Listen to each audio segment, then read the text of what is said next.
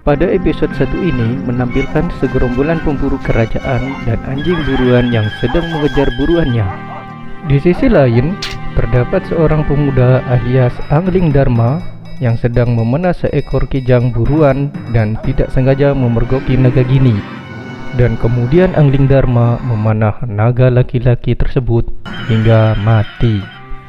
Hal ini membuat naga gini benar-benar murka dan mengancam akan memfitnah Angling Dharma supaya suaminya naga bergola. Di sisi lain, di sebuah hutan seribu bunga, terdapat seorang tabib sakti keturunan dewa yang sangat handal pengobatannya, sedang diperebutkan oleh dua pendekar tangguh, yaitu Sudamani atau yang berjuluk pendekar 8 lengan dengan ajian andalan telapak tangan darah, dan seorang perempuan bernama Nilam Saroya.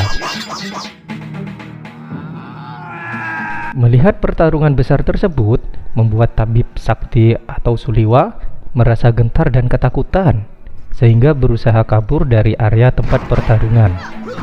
Pertarungan pun berjalan sangat alot antara kedua belah pihak, hingga Sudamani mengeluarkan ajian andalannya, yaitu ajian telapak tangan darah, yang akhirnya membuat Nilam Saroya dan para pengawalnya tercerai-berai.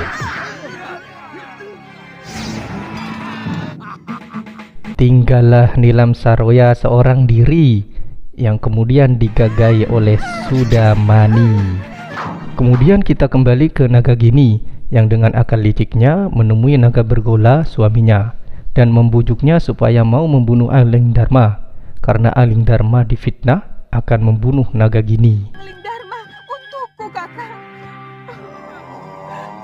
Apa mungkin sahabatku sendiri tega melakukan kekejian seperti itu, Nagini?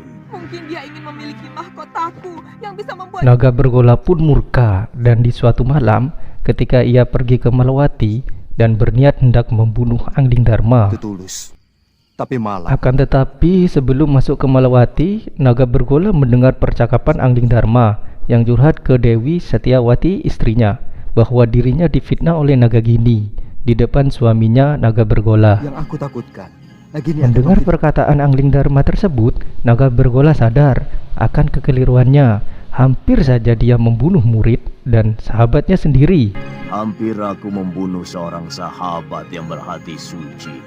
Saya kurang mengerti maksud kakak. Kemudian naga bergola mengajak Angling Dharma pergi ke sebuah tempat suci untuk mewariskan ilmu langka yang bernama Aji Senyawa. Hianati seorang istri. Dengan ajian ini, Angling Dharma bisa berbicara dengan segala jenis binatang, dan ketika ajian ini diwariskan, maka naga bergola pun akan muksa. Kamu akan bisa mengerti semua bahasa binatang. Di sisi lain diceritakan bahwa Dewi Satyawati dan Angling Dharma akan melakukan pati obong sehidup semati. Hal ini terjadi karena Dewi Satyawati meminta ilmu senyawa diwariskan kepadanya, akan tetapi Angling Dharma menolak, dan akhirnya Dewi Satyawati menagih sumpah janji sehidup semati kepada Prabu Angling Dharma ketika sebelum menikah dahulu. Ketika mereka berdua akan terjun ke api yang berkobar, Angling Dharma mendengar percakapan dua ekor domba suami istri. Pengawal raja. Kakang memang tidak pernah mencintai aku, dasar bandot. Baik, jika Kakang tidak mau turuti permintaanku, aku lebih baik ikut pati obong bersama permaisuri raja. Silakan, itu urusanmu. Kau pikir aku akan ikut-ikutan pati obong seperti raja bodoh itu? Tidak. Raja itu hanya mengikuti keinginan pribadinya. Dia tidak mau tahu bagaimana rakyatnya masih sangat membutuhkan ilmunya. Mendengar perkataan domba tersebut, Angling Dharma membatalkan niatnya untuk terjun ke pati obong, dan hanya Dewi Satyawati lah yang mati dalam peristiwa tersebut.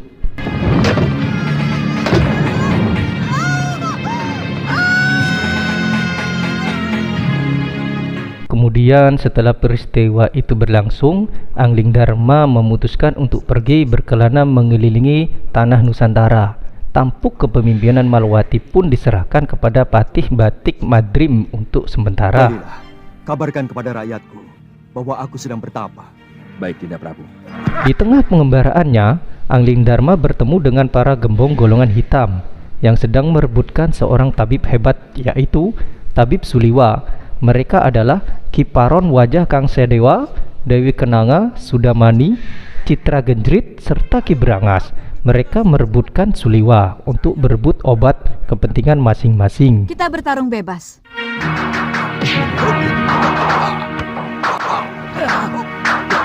Salah satunya adalah obat awit muda, supaya mereka yang sudah tua bisa terus menguasai jagat persilatan tanpa tua. Angling Dharma pun berniat menyelamatkan Suliwa dari tangan-tangan busuk mereka dengan cara melawan satu persatu dari mereka dengan sebuah ajian yang sangat dahsyat, yaitu ajian Descendria. Ajian ini mampu meniru dengan sempurna semua gerakan jurus lawan. Mereka pun tumbang satu persatu. Saya mengaku kalah, Tuan Pendekar. Tuan mampu meniru semua gerakan dari semua lawan Tuan. Tuan benar-benar hebat.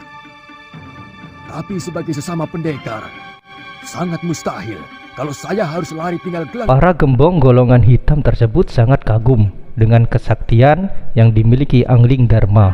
Tuan memiliki aji Descendria yang mampu menirukan semua ilmu.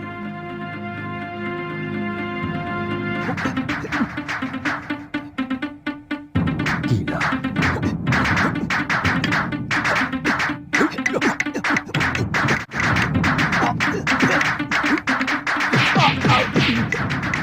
Dia benar-benar bisa memainkan jurus-jurus ciptaanku sendiri. Benar-benar iblis. Angling Dharma pun mengajak Suliwa untuk berpetualang bersama. Di tengah perjalanan, mereka bertemu Nilam Saroya yang sedang terluka parah dan membawanya ke Padepokan Sugalu.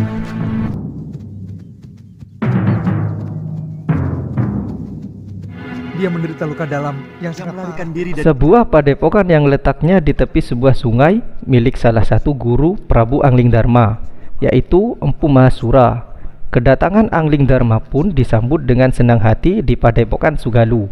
Nilam Saroya akhirnya dirawat oleh Tabib Suliwa di padepokan tersebut, dan Suliwa juga belajar ilmu untuk pertama kalinya. diserang orang. Galuh Parwati, anak Empu Masyura, dengan setia selalu membimbing Suliwa untuk menemani Suliwa belajar ilmu silat, hingga keduanya pun saling mencintai. Di sisi lain, Angling Dharma pun meneruskan perjalanannya untuk mengembara. Ketika telah berada di tengah hutan, dia bertemu 3 kawanan manusia sehingga Angling Dharma takluk di tangan mereka akibat racun licik kenanga. Angling Dharma pun dibawa ke sebuah gua tempat kediaman mereka. Angling Dharma menyaksikan sendiri betapa sadisnya para siluman tersebut, dan berkat peristiwa inilah Angling Dharma disihir oleh siluman wanita tersebut menjadi seekor burung belibis putih.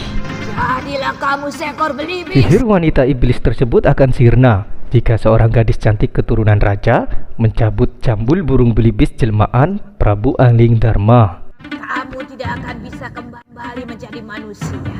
Mencabut jambulmu sebelum seorang putri cantik anak seorang raja